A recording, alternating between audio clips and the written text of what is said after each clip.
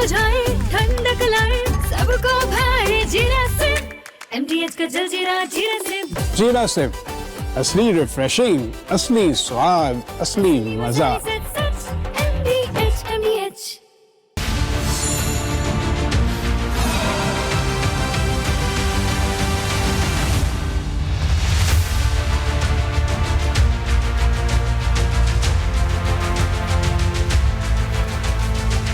नमस्कार, मेरा नाम है मानव यादव और आप मेरे साथ देखना शुरू कर चुके हैं राष्ट्र सर्वोपरि, क्योंकि दर्शकों, राष्ट्र से बढ़कर कुछ भी नहीं। और इसीलिए आज बात करेंगे अपने देश के हित की, क्योंकि मिडिल ईस्ट में जारी जंग का असर पूरी दुनिया पर पड़ रहा है और हमारा देश भारत भी इससे अछूता नहीं है। दूसरे देशों की तुलना में भले ही भारत की आर्थिक स्थिति मजबूत रही हो, लेकिन जैसे जैसे जंग तेज होती है दुनिया भर में टेंशन बढ़ जाती है। और ये टेंशन एक बार फिर से दुनिया पर हावी होने जा रही है, क्योंकि अमेरिका और ईरान के बीच एक बार फिर से युद्ध शुरू हो गया है। जिस युद्ध को थमने को लेकर लगातार डोनाल्ड ट्रंप दावे करते हैं, ऐलान करते हैं, और न जाने कितनी बार वो ऐलान कर चुके हैं, लेकिन ये युद्ध हर बार नए सिरे से शुरू हो जाता है। ऐसे में सवाल उठता है कि अमेरिका और ईरान के बीच चल रहे युद्ध का कभी अंत होगा या फिर ये कभी ना थमने वाला एक संघर्ष बनकर रह जाएगा।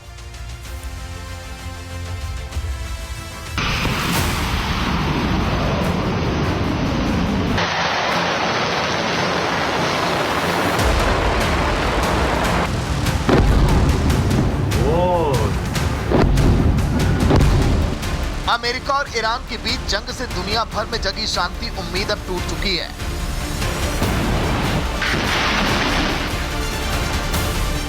क्योंकि अमेरिका ने ईरान के कई ठिकानों पर भीषण बमबारी कर इस सीज फायर को तोड़ने का ऐलान कर दिया है।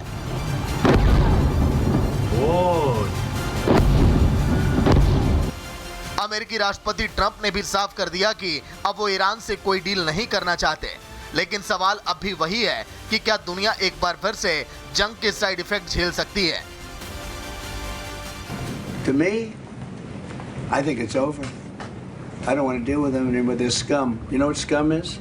They're scum. They're sick people. They're led by sick people. And they're vicious, violent people. And if they had a nuclear weapon, they'd use it. As far as I'm concerned, it's over. I'll speak to our negotiators. They want to negotiate. They're good people. अमेरिकी राष्ट्रपति Trump ने अपने बयान में Iran और उसके नेताओं के खिलाफ जमकर अपनी भड़ास निकाले। इस दौरान ट्रंप ने ईरान के लिए कई अपशब्दों का भी प्रयोग किया। लेकिन क्या ऐसे अपशब्द एक राष्ट्रपति के मुंह से अच्छे लगते हैं? क्या अमेरिका और ईरान के बीच समझौता इसीलिए नहीं हो पा रहा क्योंकि ट्रंप का रवैया बेहद आपत्तिजनक है?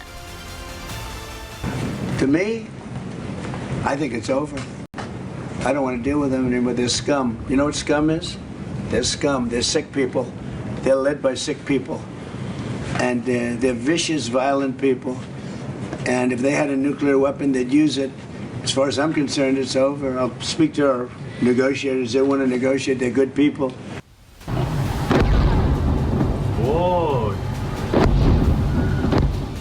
अमेरिका ने ईरान पर हमले को हॉर्मुज में जहाजों को टारगेट करने का बदला बताया।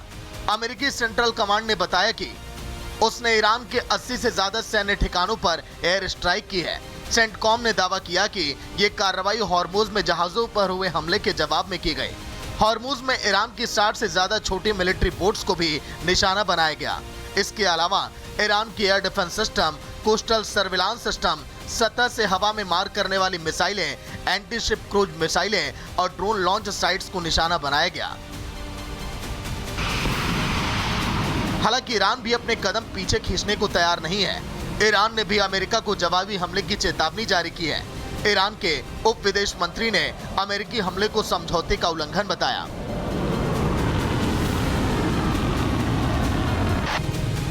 अमेरिका और ईरान के बीच एक बार फिर छिड़े युद्ध से पूरी दुनिया हैरान है।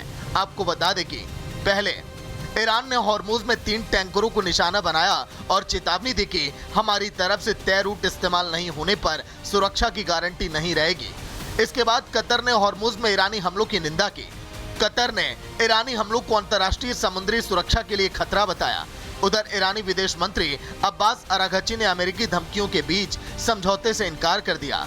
अराघची ने अमेरिका को पहले अपने पुराने समझौतों का सम्मान करने की नसीहत दी। इसके बाद से ही ईरान और अमेरिका के बीच फिर से जंग होने की सुगबुगाहट शुरू हो गई थी।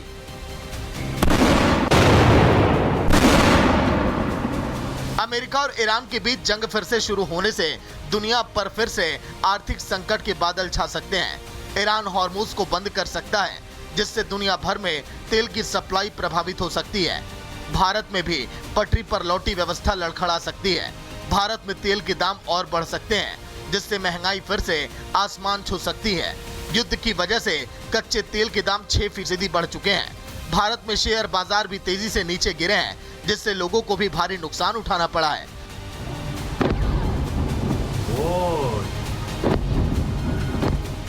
यानी भारत के साथ ही साथ दुनिया के कई देश एक बार फिर इस जंग की चपेट में आ गए हैं। मिडिल ईस्ट में इस समय कई जगहों पर सायरन बज रहे हैं। ईरान खाड़ी देशों में अमेरिकी सैन्य ठिकानों को निशाना बना रहा है। खाड़ी में दोनों तरफ से वार पलटवार चल रहा है। लेकिन अब सवाल यह है कि क्या अमेरिका और ईरान जानबूझकर जंग में उलझे हुए हैं, जिससे दुनिया के आर्थिक हालात बिगड़ते रहें? क्या अमेरिका और ईरान अपना हित साधने के लिए समझौता नहीं करना चाहते हैं? क्या अब दुनिया को इस जंग के खिलाफ एकजुट होना चाहिए? क्योंकि अगर नहीं हुए तो दुनिया भर में आर्थिक तबाही तय है। Bureau report, Republic Bharat.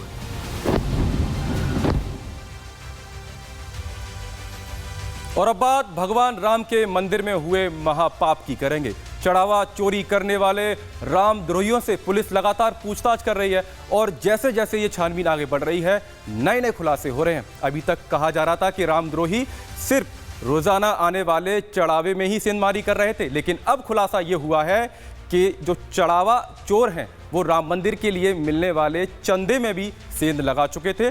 वे चंदे की फर्जी रसीदें राम भक्तों को देते थे और चंदे में मिलने वाली रकम अपनी पॉकेट में रख लेते थे।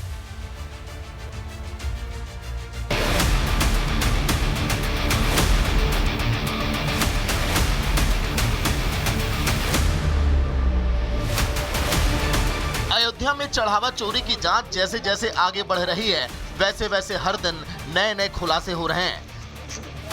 जांच टीम ने आज चढ़ावा चोरी के आरोपी अनुकल्प मिश्रा, लवकुश मिश्रा, करुणेश पांडे को रिमांड पर लिया।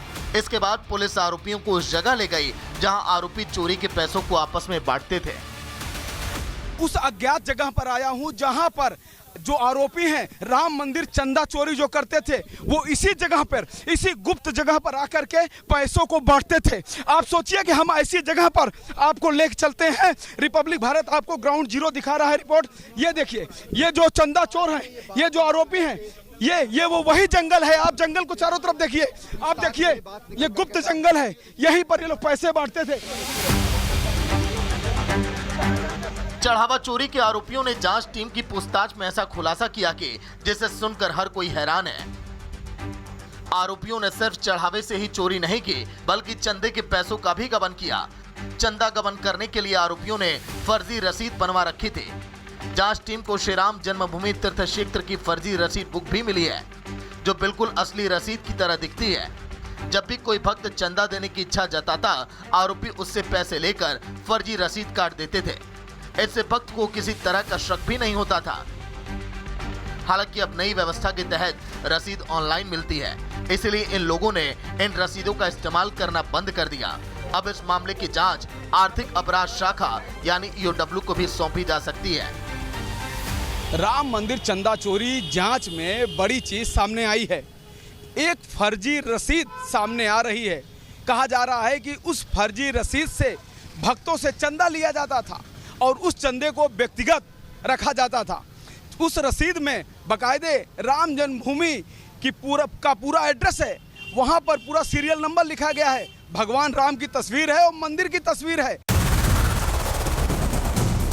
जांच टीम अब चढ़ावा चोरी के एक एक सबूत इकट्ठा कर रही है, इसलिए पुलिस ने मिल्कीपुर क्षेत्र में छापेमारी की। इस दौरान आरोपी अनुकल्प मिश्रा के चाचा रामेंद्र मिश्र के घर दबिश दी गई। इसके अलावा इनायत नगर बाजार के एक सराफा कारोबारी और एक बिल्डिंग मटेरियल कारोबारी के घर भी छापेमारी की गई। दोनों से लंबी पूछताछ के बाद उन्हें जाने दिया गया। जांच की टीम ये पता लगाने की कोशिश कर रही है कि आरोपियों ने जो प्रॉपर्टी या सामान खरीदा था, उसका भुगतान ऑनलाइन किया गया था या नगद। एसआईटी ने श्री राम जन्मभूमि तीर्थ क्षेत्र ट्रस्ट के बड़े आयोजनों के खर्च की जांच भी अब शुरू कर दी है। एसआईटी 22 जनवरी को 2024 के प्राण प्रतिष्ठा समारोह और 25 नवंबर 2025 के ध्वजारोहण के बिल और वाउचर अब खंगाल रही है। रिकॉर्ड के मुताबिक प्राण प्रतिष्ठा पर 113 करोड़ रुपए खर्च हुए। इसमें 8000 मेहमान आए थे। वहीं ध्वजारोहण कार्यक्रम पर 10 करोड़ 12 लाख खर्च होने की जानकारी मिली है।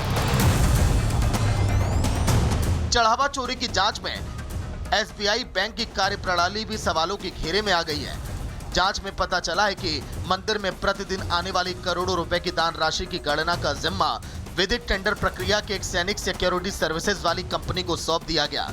ये कंपनी मुख्य रूप से मैन पावर सप्लाई, हाउसकीपिंग और सुरक्षा व्यवस्थाएं उपलब्ध कराती है, लेकिन इसे नोटों की गिनती जैसे अत्यंत संवेदनशील कार्य की भी जिम्मेदारी दे दी गई। इसके अलावा नकदी गिनती के दौरान सीसीटीवी निगरानी, वीडियोग्राफी और दोहरी गणना की व्यवस्था में भी लापरवाही बरती गई। गणना के हर चरण पर बैंक अधिकारी, ट्रस्ट प्रतिनिधि और सुरक्षा कर्मियों के हस्ताक्षर नहीं लिए गए। नोटों की गिनती का साप्ताहिक और त्रैमासिक ऑडिट तक नहीं किया गया। नोटों की गिनती में भी किसी भी अंतर या गड़बड़ी की स्थिति में तत्काल रिपोर्टिंग और जवाबदेही तय की जानी चाहिए थी, लेकिन ऐसा भी नहीं किया गया। यानी एसबीआई की लापरवाही की वजह से भी चढ़ावा चोरों को पैसे चोरी करने का पूरा मौका मिला। इस्तीफा तो स्वीकार होना ही था। चंपत राय जी का और अनिल मिश्रा का इस्तीफा स्वीकार भी हो गया। आज उनको सदस्यता से भी निकाल दिया गया, तो निश्चित तौर से एक कार्य बहुत अच्छा हुआ है। अयोध्या में चढ़ावा चोरी के प्रकरण के बाद ट्रस्ट और उसकी कार्यप्रणाली में भी कुछ बदलाव किया गया। ट्रस्ट के कार्यकारी महासचिव कृष्ण मोहन के 2 सहयोगी नियुक्त किए गए हैं, जो मिलकर बैंक खातों के संचालन करेंगे। अब बैंक की किसी भी ट्रांजैक्शन पर तीनों के सिग्नेचर अनिवार्य होंगे। अभी तक ये व्यवस्था अनिल मिश्रा देखते थे और उन्हीं के सिग्नेचर होते थे, लेकिन अब उन्हें ट्रस्ट के बाहर कर दिया गया। उनके अलावा जिन लोगों का नाम चोरी प्रकरण से जुड़ा है, उन्हें भी ट्रस्ट से बाहर का रास्ता दिखा दिया गया है। नहीं, किसी को बाहर नहीं किया है। नहीं, गलत है, गलत संदेश है। अरे गलत इस तरीके से आप बैठिए, बंद कराइए। मंदिर में हम रहेंगे। हाँ, रहेंगे। अयोध्या के राम मंदिर में चढ़ावे की गिनती को लेकर भी कुछ बड़े बदलाव किए गए, जिसके तहत अब गणना स्थल पर टोटल 40 लोग मौजूद रहेंगे। 13 सीसीटीवी कैमरे लगाए गए हैं। जो जगह रिक्त थी वहां भी कैमरे लगे हैं। दान पेटी से गणना स्थल तक आने में करीब 27 सुरक्षा कर्मियों की ड्यूटी लगाई गई है। दान पेटी को गणना स्थल के बीच में अलग अलग खंभों के पास पुलिस लगाई जाएगी। पिलर नंबर 34 के पास अतिरिक्त 3 पुलिसकर्मी लगाए जाएंगे, क्योंकि वहीं पर गुप्त दान की पेटी रखी गई है। यानी अब ऐसी व्यवस्था की जा रही है जिससे चोरी करना तो लगभग नामुमकिन होगा। बात नहीं है, लेकिन कुछ बड़ा परिवर्तन जरूर होगा। आने वाले समय में कुछ बड़ा परिवर्तन होगा, वो देखेगा, सबके सामने आ जाए। अयोध्या के राम मंदिर में चढ़ावे में जिन लोगों ने सेंध लगाई, उन सबके खिलाफ एक्शन जारी है। ट्रस्ट से लेकर मंदिर के कर्मचारी तक सबके खिलाफ कार्रवाई हुई है। ऐसे में अब ट्रस्ट के सामने सबसे बड़ी चुनौती लोगों के विश्वास को फिर से कायम करने की है, क्योंकि इस प्रकरण से देश भर के राम भक्तों की आस्था आहत हुई है। Bureau report, Republic Bharat.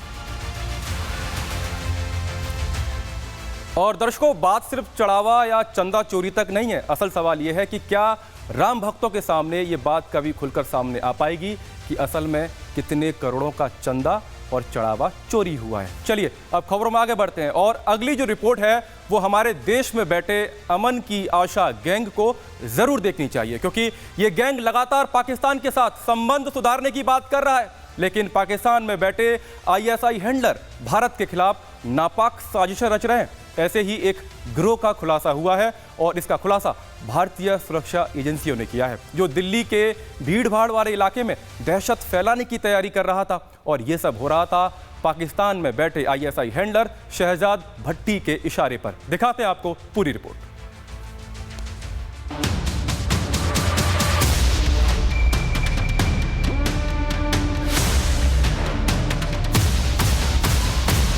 Delhi और पंजाब से गिरफ्तार संदिग्धों से सुरक्षा एजेंसियों की पूछताछ में हैरान करने वाला खुलासा हुआ है। ये सभी संदिग्ध दिल्ली को दहलाने की साजिश रच रहे थे।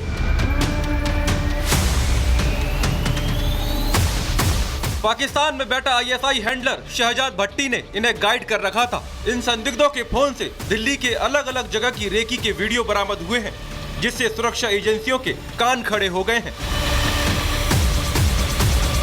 अभी तक आपने देखा कि पंजाब में ग्रेनेड से हमला किया जा रहा था। इसके अलावा अलग अलग जो आपराधिक वारदातें हो रही थी वो गन से फायरिंग की हो रही थी, लेकिन इस बार पेट्रोल बम का जो है इस्तेमाल किया जाना था और दिल्ली में ही ऐसा पहली बार होता और इसकी पूरी प्लानिंग कर ली गई थी। ना सिर्फ प्लानिंग बल्कि रैकी, और रैकी करने के बाद जो वीडियो है वो शहजाद भट्टी जो कि इस समय पाकिस्तान में मौजूद है उसको वो वीडियो भी भेजे गए थे। और ये भी जानकारी मिल रही है कि जुलाई के शुरुआत में ही ये हमला प्लान करना था, जिसको लेकर पेट्रोल खरीदना हो, उसके अलावा बॉटल्स खरीदने तक का जो काम है वो भी दानिश के द्वारा किया गया। आईएसआई का हैंडलर शहजाद भट्टी प्रतिबंधित ऐप के जरिए संदिग्धों के संपर्क में था। सुरक्षा एजेंसियों ने शहजाद भट्टी और आरोपियों की सोशल मीडिया चैट रिट्रीव की है। ये चैट जून के आखिरी हफ्ते की बताई जा रही है, जिसमें शहजाद भट्टी दानिश को कुछ निर्देश देता हुआ दिखाई दे रहा है। चैट में शहजाद भट्टी पहले लिखता है कि आज शाम सामान मिलेगा, उसे ले लेना। उसके बाद शहजाद दूसरा मैसेज कर दानिश से पूछता है कि सामान मिला क्या। इसके बाद दानिश जवाब देता है, हाँ आज शाम सब इकट्ठा कर लिया है। इसके बाद शहजाद भट्टी फिर से दानिश से कहता है कि सामान अच्छे से तैयार करो, संभाल कर रखना। बाद में शहजाद दानिश को निर्देश देता है कि मैसेज का इंतजार करो। सुरक्षा एजेंसियों का दावा है कि ये बातचीत किसी बड़ी साजिश का हिस्सा है।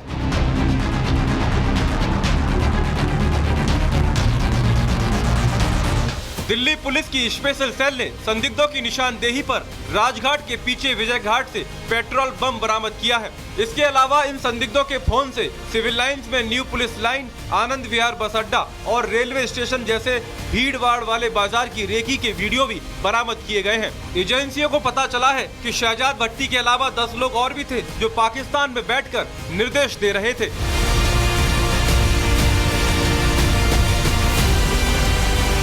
दिल्ली पुलिस की स्पेशल सेल को जांच में पता चला है कि आईएसआई हैंडलर ने इन सभी आरोपियों को अलग अलग काम बांट रखे थे। आरोपी दानिश उर्फ चांद मियां को दिल्ली में रेकी और हमले की योजना बनाने की जिम्मेदारी सौंपी गई थी। सलमान को हमले का वीडियो बनाने की जिम्मेदारी दी गई थी। ये वीडियो सीधा शहजाद भट्टी को भेजना था। दिल्ली शाहीन बाग के तैयब को हथियारों की खेप ट्रांसपोर्ट करने की जिम्मेदारी मिली थी। गाजियाबाद के मोदी नगर निवासी जुबैर खान को अमृतसर से हथियार लाने का काम दिया गया था। मेरठ का अली फजल हथियार बेचने की जिम्मेदारी संभाल रहा था और अमृतसर का मलकीत सिंह पाकिस्तान से आए हथियारों को आगे सप्लाई करने का काम कर रहा था। यानी दिल्ली में दहशत फैलाने के लिए अलग अलग किरदार तैयार किए गए थे।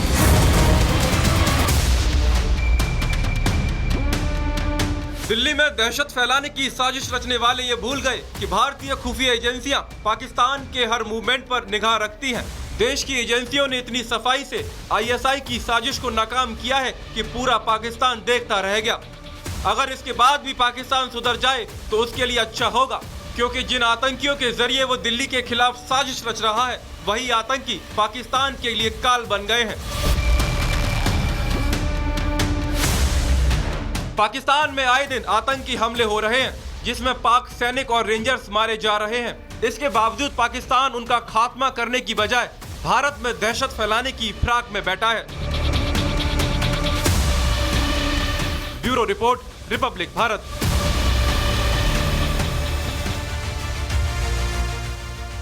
और अब बारी है सरकारी सिस्टम से सवाल करने की, क्योंकि मध्य प्रदेश में लगता है कि सरकारी सिस्टम ही लापता हो गया है। कभी कागजों पर बना अस्पताल जमीन पर ढूंढे नहीं मिलता, तालाब के नाम पर फंड निकाल लिया जाता है, लेकिन तालाब लापता हो गए। और अब खबर ये आ रही है कि एमपी से किसानों का गेहूं गायब हो गया है, वो भी हजारों क्विंटल। देखिए अता पता लापता मध्य प्रदेश की पूरी कहानी।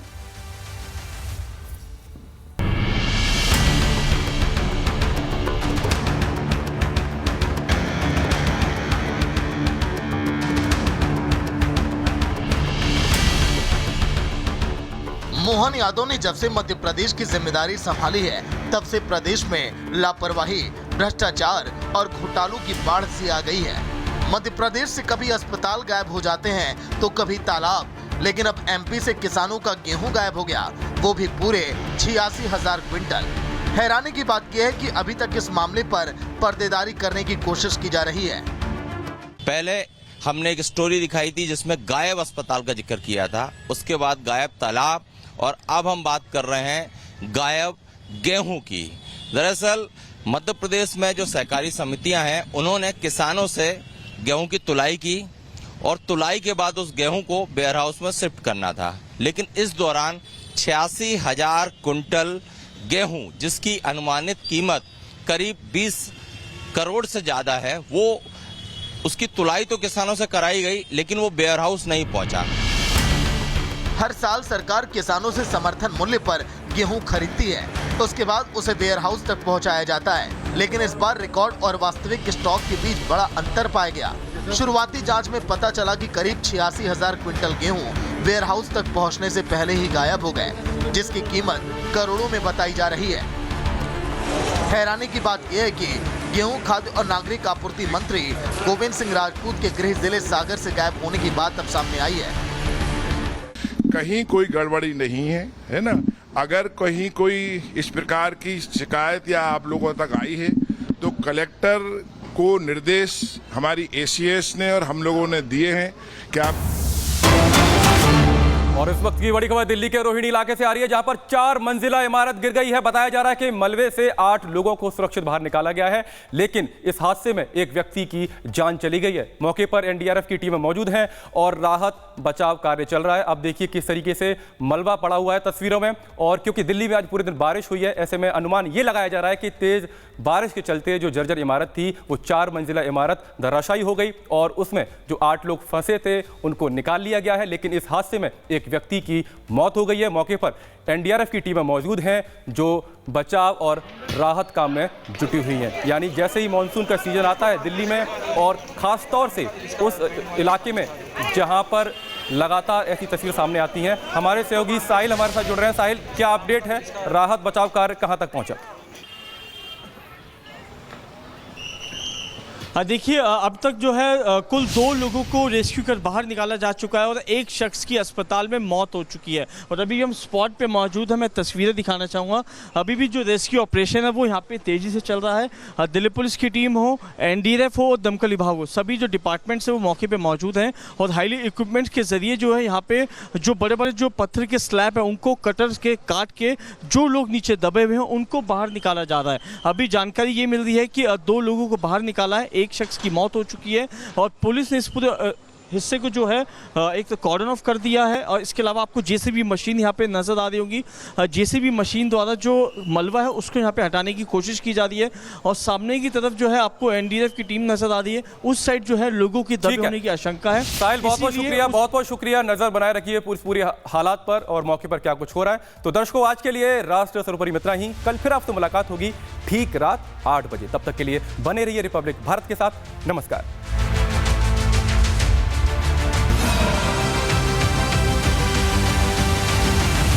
चमकी चाट से क्या बना है? सैंडविच, लस्सी और छाछ और हर घूंट में चमकी चाट। ड्राई फ्रूट और दही बड़े। चमकी चाट से स्वाद बढ़े। असली स्वाद सिर्फ चमकी चाट।